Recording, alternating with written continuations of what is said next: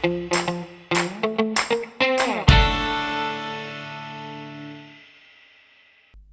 guys, Bea here. We have a new block and I'm going to show you what this block can do. So this is a new theme that we have. Just going to scroll down, and as you can see, this ending of a section, it's not a straight horizontal line but a bit inclined, a diagonal line. I'm going to scroll down a little bit and you're going to see how this other section separates in the same way. So this is done with a block called Section Separator, and I'll show you now how we do this. Okay, first I think I'm going to show the borders, and as you see here, this is a different block. I'm going to first delete it and show you how we do it. Go to blocks, and here in basic you'll find Section Separator. Just bring it into your workspace and place it wherever you want to separate a section or add this effect. Just going to drop it here. You get some instructions here. I'm just going to close this. Click on the block, and now's when you choose what separator you want. So you get two colors, color 1 and color 2.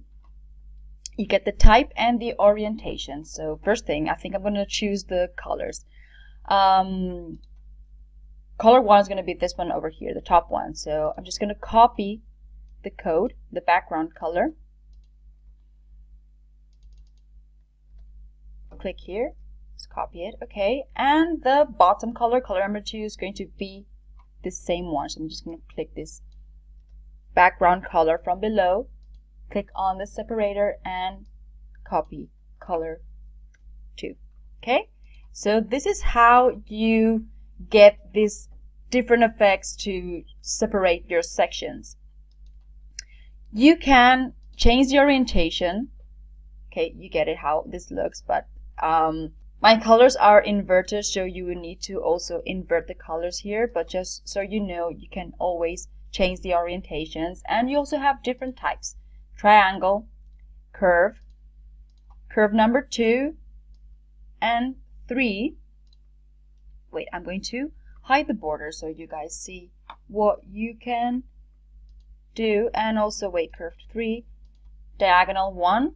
Here you would need to invert the colors too, and diagonal 2, I'm also going to set it to normal. Also, the height right now is 120, but you know, you can make it a bit smoother and make something a bit like 40 pixels. See how it looks. And if you want something a bigger section separator, 200. So this is how you play around with the section separator. So you just need to edit here in the desktop view. It will completely adapt to the rest of the views, as you can see right now. Okay, so this is how it works. Thank you guys for watching.